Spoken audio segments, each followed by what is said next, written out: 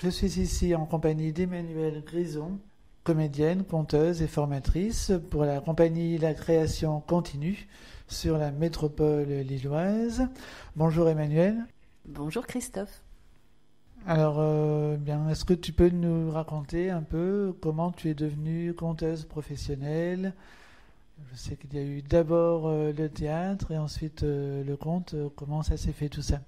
Oui, effectivement, au départ, je suis comédienne, c'est-à-dire de formation classique. J'ai fait des études au conservatoire et puis des études à la fac aussi, en études théâtrales. C'est vraiment le théâtre qui était ma passion depuis toute petite.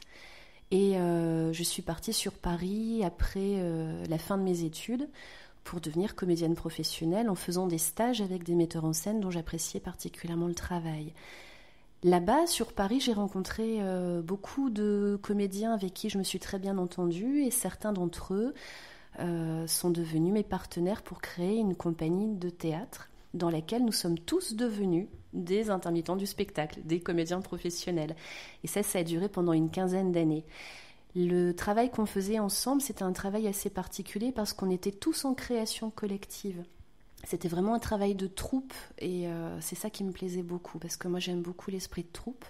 Mais à un moment donné, le temps passant, j'ai commencé à me dire que les textes que nous faisions et que nous écrivions nous-mêmes n'étaient pas toujours d'une excellente qualité littéraire. Moi qui venais du classique, les grands textes me manquaient, les histoires me manquaient. Et puis de me retrouver un petit peu en solo, ça me manquait aussi. Donc au bout de quelques années, en parallèle, je me suis formée au conte. Donc j'ai été comédienne dans ma troupe de théâtre et conteuse, moi toute seule en parallèle. Et pour me former, sur Paris, il y a une compagnie dont je ne me souviens plus le nom. Mais par contre, la conteuse, je me souviens comment elle s'appelait. C'était Élise Stocchetti, qui était une conteuse très âgée et très sage déjà à l'époque et qui a réuni autour d'elle un groupe d'une dizaine de personnes et qui nous a fait travailler pendant une année entière. Donc on était déjà des comédiens professionnels, on est devenus grâce à elle aussi des conteurs. On a appris à découvrir ce que c'était que la différence entre le théâtre et le conte. Et à cette époque-là sur Paris, il y avait très très peu de conteurs, on se connaissait tous les uns les autres. J'étais la seule à venir vraiment du théâtre, c'était ma spécificité. Ça n'a pas toujours été très facile d'ailleurs, parce qu'il y a une vingtaine d'années, venir du théâtre, c'était pas forcément bien vu. Quand on décidait de devenir conteur, on m'a beaucoup mise en garde sur les risques éventuels de trop théâtraliser mes histoires. Donc j'ai toujours été très très sensible à ça. Et puis à un moment donné, j'ai quand même fini par trouver mon style, j'ai trouvé la façon dont moi j'aimais raconter les histoires et effectivement c'est quand même très très en lien direct avec mon métier de comédienne de base. Mais voilà, c'est ce qui fait ma spécificité. Moi effectivement je théâtralise un peu mes histoires, mais quand même pas comme quand on est au théâtre. Donc ça c'était ma formation de base et puis pendant toute cette année et les années qui ont suivi, je me suis entraînée au conte en allant raconter partout où je pouvais le faire. Dans toutes les scènes ouvertes, je suis allée dans les hôpitaux, je suis allée dans les maisons de retraite, je suis allée dans les écoles, je suis allée partout où je pouvais raconter pour m'entraîner. Et puis à un moment donné, j'ai créé mon premier spectacle. Premier spectacle de conte et puis depuis ça s'est plus arrêté et ça fait à peu près, une bonne quinzaine d'années maintenant. Donc théâtre et conte, en fait, c'est... Ce qui te passionne, c'est l'oralité, le désir de raconter des histoires, finalement. Ah mais complètement, ça l'oralité c'est sûr. C'est même un petit peu étonnant, étrange me concernant parce que je suis quelqu'un de timide. Comme quoi c'est pas du tout incompatible avec le fait d'être comédien.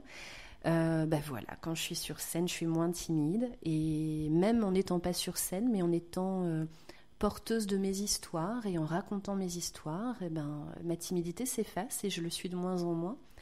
Je le suis de moins en moins parce que c'est quand même ça qui me permet aussi d'être formatrice. Si j'étais restée timide comme je l'étais quand j'étais jeune fille, je n'aurais pas pu être formatrice. Là, je tiens des groupes, je les fais évoluer, il faut quand même être un petit peu sûr de soi. Mais effectivement, c'est ma passion. L'oralité, c'est ma passion. Et le conte, moi qui viens du théâtre justement, c'est quelque chose qui me plaît énormément parce que je me rends compte qu'on n'a pas d'artifice, on ne se sert pas d'un rôle, on ne se sert pas d'un costume, on ne se sert parfois même pas d'éclairage de scène. Enfin, toutes ces jolies choses qui font que dans le théâtre, on est grandement aidé, on est grandement secondé pour emmener le public dans un imaginaire qui est déjà tout installé. Le conteur, il est tout seul et c'est lui qui bosse tout seul pour emmener le public dans son imaginaire. Donc quand ça marche bien, ben c'est grâce au conteur tout seul, sans artifice, rien qu'avec son corps et sa voix. Et ta première histoire sur scène, devant un public, est-ce que tu t'en souviens? Comment ça s'est passé? Je suis pas sûre de m'en souvenir. Oui, ça doit être l'histoire avec laquelle j'ai... Oui, il y a une histoire que j'avais travaillée donc, dans ma formation quand j'étais sur Paris et que je suis allée dire dans une scène ouverte sur Paris aussi. Et ça a démarré un sacré joli bout de chemin, cette histoire-là, parce que j'ai remporté la scène ouverte. À cette époque-là, on remportait les scènes ouvertes. Donc j'ai gagné plein de bonbons. On m'a jeté plein de bonbons. C'est moi qui ramassais le plus de bonbons. Et il se trouve que ce soir-là, dans la salle, il y avait un programmateur de théâtre parisien qui m'a approché et qui m'a offert la possibilité d'aller faire mon premier spectacle dans son théâtre.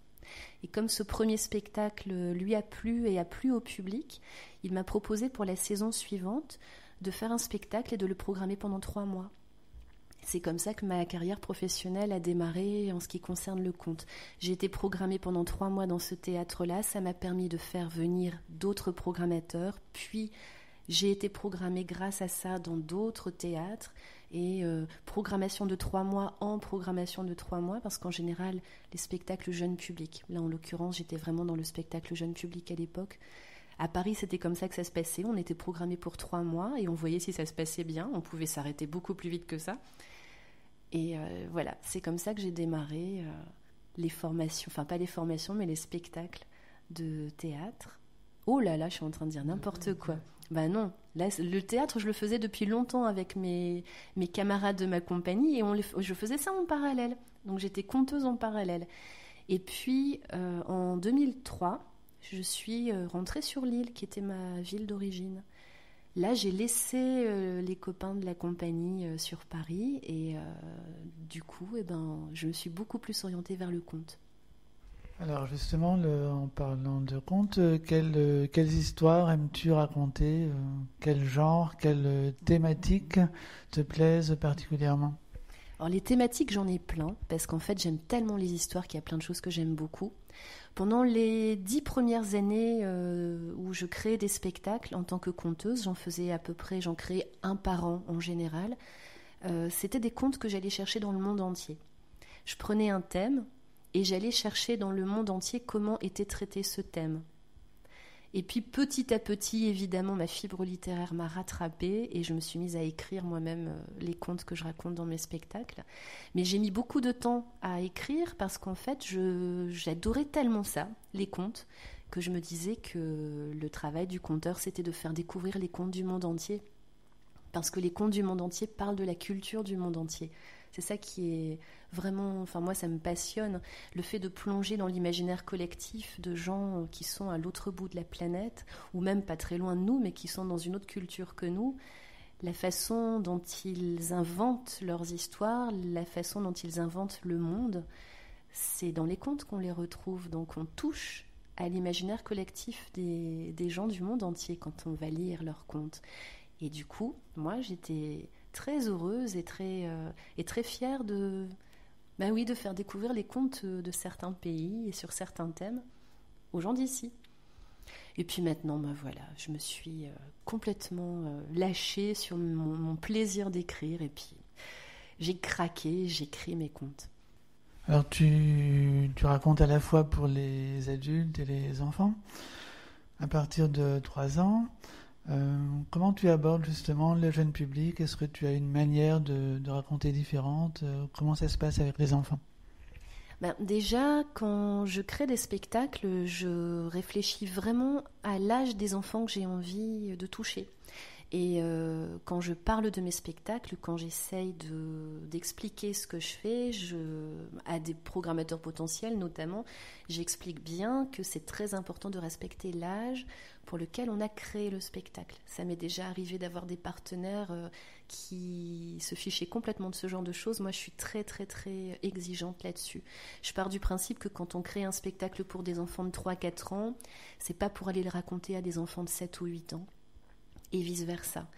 Donc c'est l'expérience, c'est le fait que je faisais des spectacles de théâtre depuis très très longtemps et parfois aussi dans le milieu du jeune public.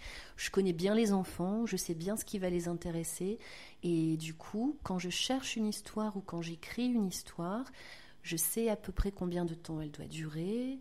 Je sais à peu près combien de temps le spectacle doit durer. Ça, c'est la base. Ça va étonner personne, tout le monde le sait. Mais effectivement, j'ai vraiment très à cœur ça. J'ai envie que les gens qui écoutent mes histoires soient contents de les avoir découvertes. Et j'ai plein d'intérêts particuliers. Je vais chercher des contes vraiment qui parlent de plein de choses. Mais une des particularités, c'est quand même que j'aime bien les histoires rigolotes. Donc, j'aime bien faire rire. Ça vient aussi de mon habitude de théâtre. Donc en général, je m'arrange toujours, soit pour que ce soit directement amusant, soit si l'histoire s'adresse aux enfants, et ben je mets un petit clin d'œil pour les parents, qui fait rire que les parents. Et c'est vraiment fait exprès pour que les gens qui amènent leurs enfants voir un spectacle de contes en s'imaginant que ça va leur faire plaisir à eux, mais que eux, ils vont s'en kikiner pendant 45 minutes. Et l'agréable surprise d'éclater de rire de temps en temps et de sortir de là en se disant que finalement, eux aussi, ils ont passé un très bon moment. Alors, on peut d'ailleurs retrouver quelques extraits de tes spectacles sur ton site, lacréationcontinue.com. Donc voilà, il y a le détail de tous tes spectacles. Alors, il faut savoir que tous les contes sur Terre sont nés de la bouche d'une femme. C'est vrai. Il paraît en tout cas. C'est du moins ce qu'on dit, notamment dans ton spectacle intitulé « Elles en font des histoires, les femmes ». Une façon humoristique peut-être de dénoncer l'omniprésence des hommes dans les histoires.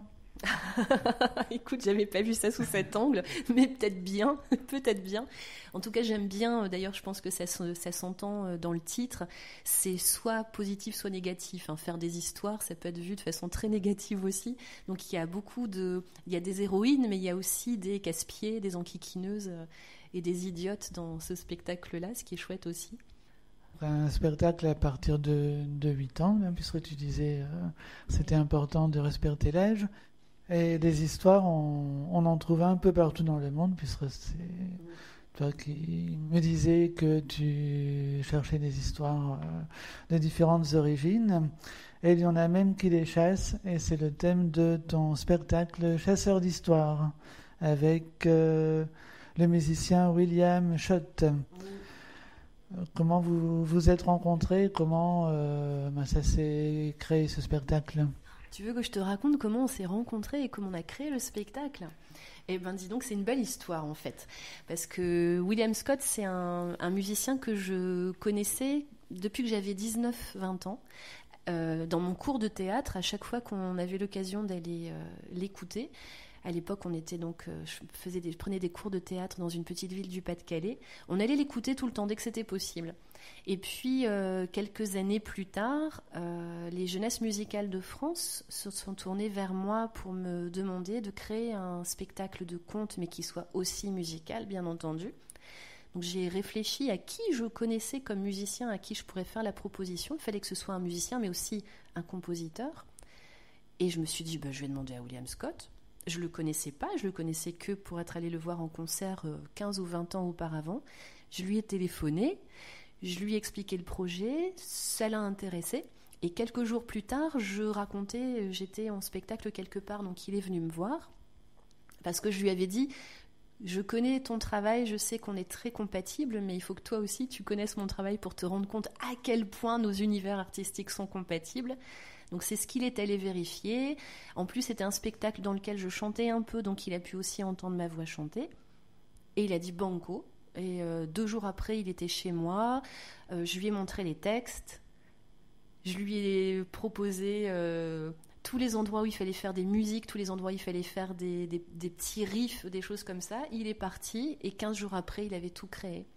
Et quand il est revenu, on a gardé quasiment tout ce qu'il avait rapporté.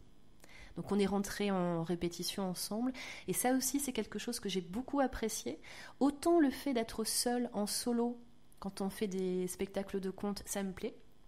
Mais le fait d'être avec un musicien, ça m'a beaucoup intéressée parce que du coup, ma partition à moi, d'ailleurs j'emploie vraiment ce mot, voilà, c'était ma partition à moi, c'était comme un élément de la partition de musique. Je devais respecter un rythme particulier.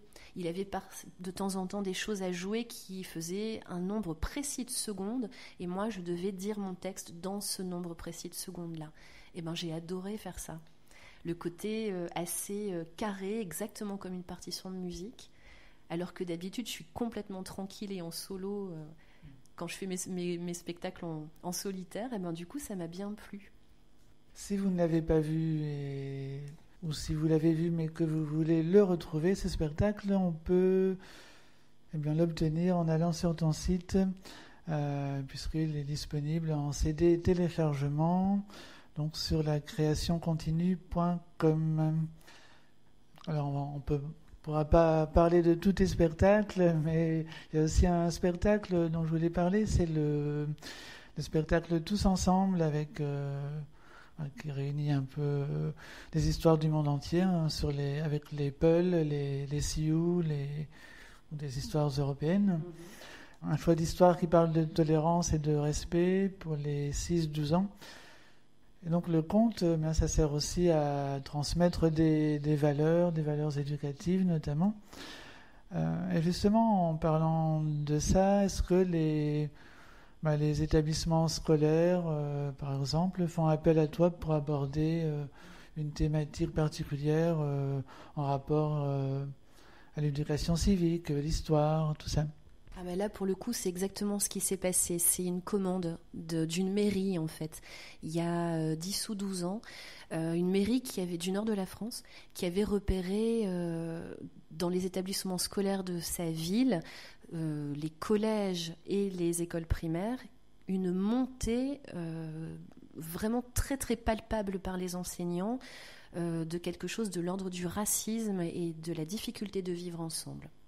Et qui ont fait appel à moi en me demandant de venir raconter des histoires qui parlaient de ça, de façon à ce que ensuite les enseignants puissent ouvrir le débat avec les élèves, que ça donne lieu ensuite à un débat, une discussion, quelque chose de quasiment philosophique sur le vivre ensemble. Moi, ça m'a intéressée. J'aime bien répondre à des commandes en plus quand le thème est intéressant.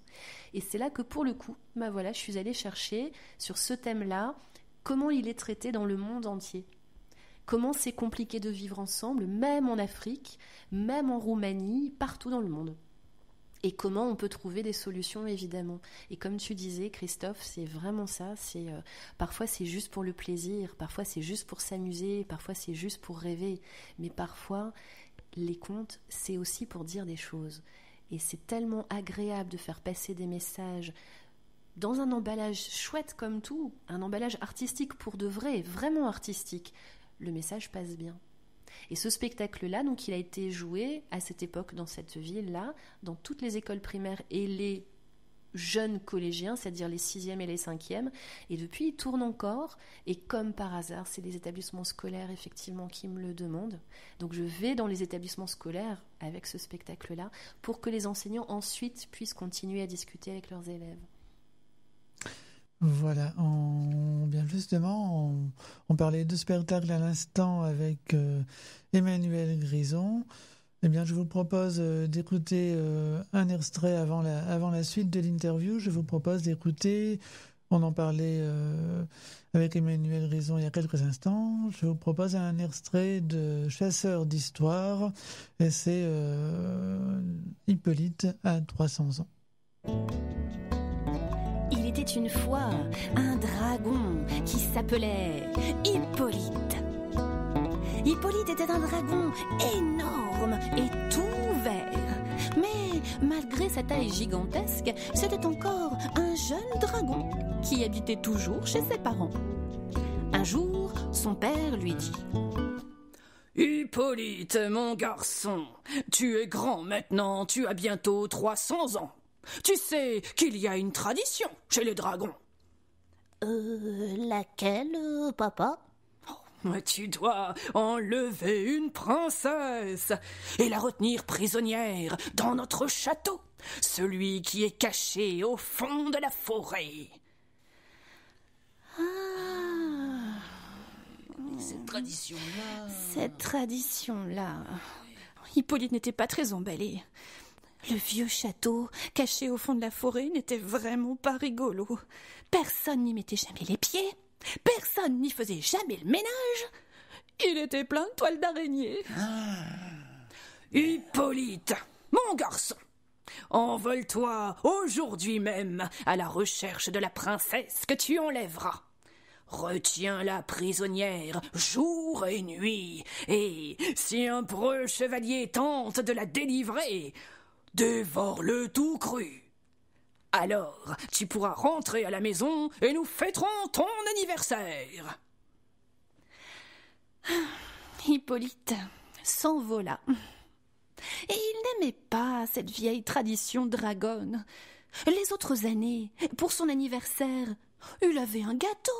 Il soufflait sur les bougies. Il les allumait toutes du premier coup. Et ça lui suffisait. Et cette année, sous prétexte qu'il allait avoir 300 ans, il fallait qu'il enlève une princesse et qu'il s'enquiquine pendant peut-être des années à attendre qu'un chevalier vienne la délivrer. En plus, Hippolyte n'aimait pas du tout le goût des chevaliers.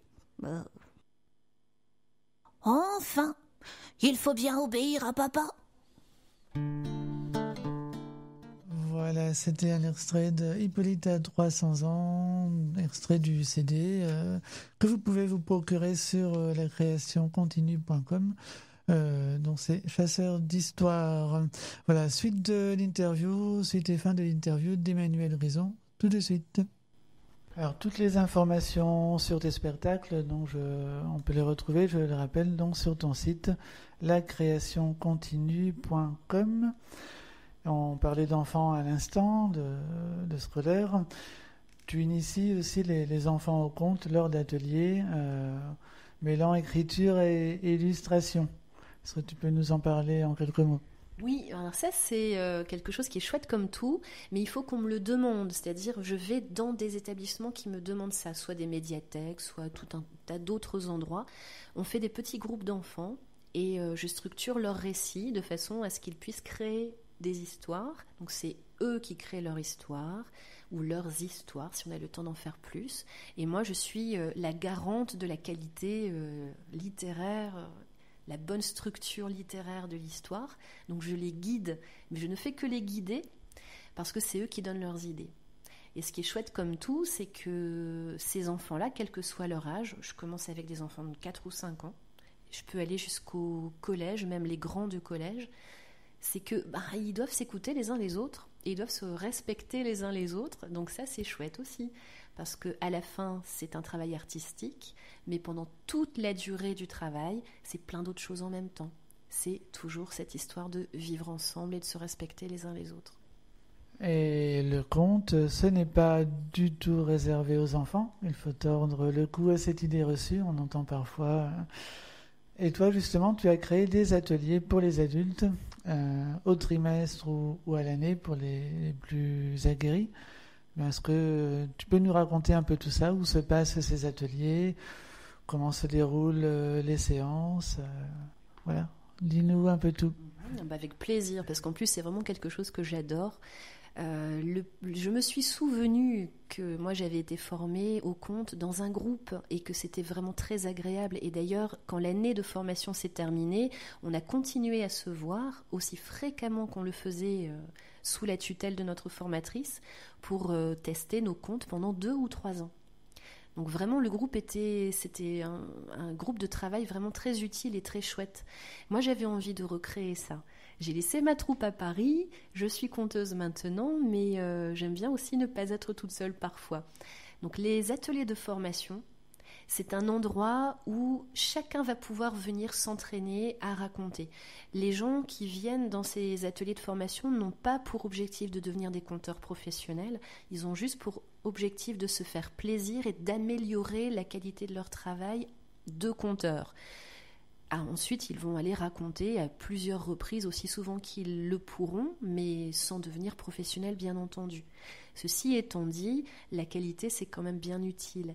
Et savoir, en fait, c'est ça l'objectif, c'est faire en sorte que chacun d'entre eux, chacun des stagiaires qui passent dans ces formations-là, repère, grâce à moi et grâce au groupe qui font des retours, repère quelles seront les belles et bonnes choses qu'ils pourront utiliser et qui deviendront leur qualité spécifique de conteur. Comment faire en sorte que les défauts soient gommés, contournés, améliorés, mais surtout comment faire pour repérer ce qui leur plaît à eux et ce qui sera vraiment juste pour eux, et du coup on les guide vers ça pour que chacun ait sa spécificité, que chacun raconte de façon tout à fait personnelle et en utilisant les qualités de chacun et en les poussant au maximum pour que leur qualité à eux devienne leur spécificité de conteur. Et donc ça, c'est donc par trimestre, et après il y a aussi les formations intermédiaires pour ceux qui sont déjà passés par les trimestres de formation. Oui, voilà, c'est ça. Là, ça se fait vraiment petit à petit et au fur et à mesure que les choses se font. Parce qu'en fait, à la base, c'était un trimestre de formation où on se voit une fois tous les 15 jours et où on fait une présentation à la fin, une présentation publique des travaux. Et puis, évidemment, moi, je pars du principe qu'un trimestre, ça suffit. Ça suffit pour que j'ai le temps d'apprendre les techniques aux gens et qu'ils puissent repérer ce qui sera intéressant qu'ils utilisent quand ils travailleront des histoires. Après, ils sont autonomes, ils peuvent aller raconter et travailler toutes les autres histoires qu'ils voudront. Ceci étant dit, si on fait un trimestre de plus ou encore un de plus, forcément, on s'améliore. On a plus de temps pour travailler. Évidemment, il y a des gens qui vont être intéressés par approfondir de plus en plus leur travail de conteur. Donc ces gens-là, il se trouve qu'ils restaient trimestre après trimestre avec moi, jusqu'à ce qu'un petit groupe me dise qu'ils aimeraient bien faire l'année entière. Et c'est comme ça que j'ai eu l'idée, je ne l'aurais pas eu si eux ne me l'avaient pas demandé, d'ouvrir un atelier qui là pour le coup est à l'année entière, avec des objectifs ponctuels, parce qu'on a besoin d'avoir des objectifs ponctuels, donc des présentations de travaux tous les 3 mois. Mais eux, ils sont à l'année et évidemment, ils sont de meilleur en meilleur. Et ça devient intéressant parce que le travail qu'on fait avec eux, il est complètement différent. On n'est plus du tout sur les techniques de base et sur l'apprentissage de base. On est vraiment sur, on peaufine, ça devient de plus en plus, on cisèle de plus en plus précisément leur beau travail. Et eux, je les emmène plus vers de la création de spectacles. Parce que savoir raconter des histoires, au bout d'un moment, voilà, parfait, ils le savent, ils le font très bien. Créer un spectacle, c'est des spécificités particulières. Donc ça aussi, je peux leur montrer comment faire ça. Donc ça, c'est vraiment pour ceux qui veulent plutôt passer du côté professionnel, peut-être. Pas forcément, ils lâcheront pas le travail qu'ils ont, mais ce sera d'excellents apprentis. Et ce sera, moi je l'appelle ça, moi je parle d'apprentis et de compagnonnage. On est vraiment dans le principe du compagnonnage là. C'est vraiment un travail artisanal autour de l'oralité. Donc ce sont des compagnons, c'est des compagnons des contes. La compagnie est en train de créer des compagnons. Très bien. Et donc tout ça, toutes les informations, on peut les retrouver sur lacréationcontinue.com. Et il y a les dates, mais les prochaines formations, justement, c'est quand ? C'est ouvert d'ailleurs. Les inscriptions sont ouvertes. Ça va commencer au début du mois d'avril, donc à nouveau pour 3 mois, donc avril, mai, juin. Et s'il y a des gens qui sont intéressés mais qui n'ont pas spécialement envie pour le moment de faire un trimestre entier, il y a aussi des formations flash, ce que j'appelle des labos des conteurs, pour aller faire sur 3 heures une découverte de ce que c'est que d'être conteur, pour qu'on puisse se rendre compte si oui ou non ça va nous intéresser avant de se lancer sur 3 mois de formation. Et le prochain labo, c'est le dimanche 17 mars. Donc ça c'est pareil, vous pouvez aller voir sur le site de la compagnie, sur la page Facebook de la compagnie, le 17 mars, une petite initiation flash, juste pour voir si ça va vous intéresser. Très bien. Et donc, on va préciser aussi que les formations ont lieu au Polder à LM. Donc ça, c'est le jeudi et vendredi. Et puis le samedi, c'est, pour ceux qui veulent plutôt s'orienter le samedi, c'est à Mons-en-Barœul. À la médiathèque du Fort de Mons. Voilà. Et en ce qui te concerne, est-ce que tu as des spectacles à nous annoncer ? Alors le prochain spectacle que je vais faire, il est en création totale, parce que là c'est une commande qui m'a été faite et je serai en binôme avec une autre conteuse et on est en train de fabriquer toutes les deux un spectacle. On est en démarrage de travail. La seule chose qui est trouvée, c'est le titre. Alors il va falloir que je m'en souvienne. Non, je ne vais pas m'en souvenir. Puis d'ailleurs, peut-être qu'il va changer. En tout cas, le thème c'est les couleurs et ce sera le 30 mars à la Maison Folie de Moulins. Donc c'est pour les petits, n'hésitez pas à faire venir vos petits. Et pour le moment, je ne peux pas vous en dire plus parce qu'on vient vraiment tout juste de démarrer. On a trouvé nos histoires et pour le moment c'est tout, on en est là. Donc on a le mois entier pour le préparer, le peaufiner, le répéter. Et le 30 mars, on vous accueille à la Maison Folie. Eh bien, merci beaucoup Emmanuel et une bonne journée. À bientôt. Merci beaucoup Christophe et bonne journée à tous les auditeurs.